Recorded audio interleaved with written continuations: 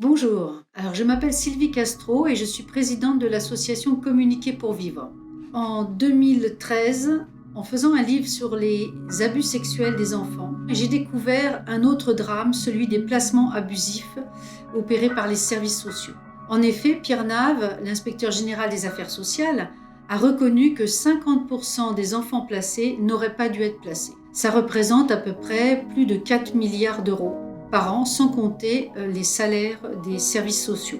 Je parle de l'ASE. Et donc, j'ai écrit ce livre qui s'appelle donc Rafle d'enfants en 2015 pour informer de cette situation absolument anormale, inhumaine et que l'on pourrait même taxer de criminelle puisque des enfants sont enlevés à leurs parents pour des raisons mineures ou pour des problèmes d'éducation mineurs, mais pas pour des raisons graves, afin de pouvoir faire tourner un système qui n'a pas les services d'accueil nécessaires pour accueillir tous les enfants en grande difficulté. Ce qui fait que, par ailleurs, des enfants qui subissent des abus, ces enfants-là ne sont pas protégés, quoi qu'ils soient connus et suivis déjà par les services sociaux qui n'ont pas les structures d'accueil qui soient à la hauteur. Donc, évidemment, il est plus facile de placer des enfants pour lesquels les parents ont peut-être des problèmes ou des difficultés, mais qui normalement ne justifient pas des placements.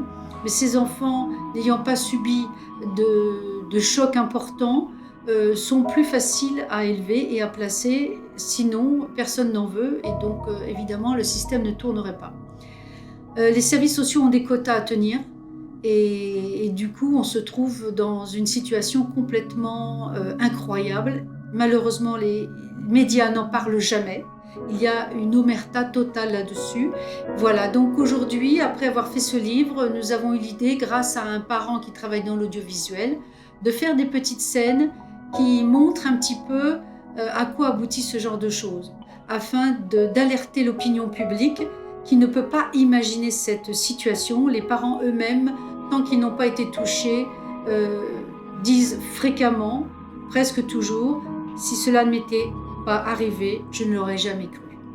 Et je vous recommande de signer notre pétition qui a dépassé les 57 000 signatures, sachant que le Conseil économique, social et environnemental serait prêt à nous soutenir si nous atteignons les 100 000 signatures. Nous comptons sur vous. Merci.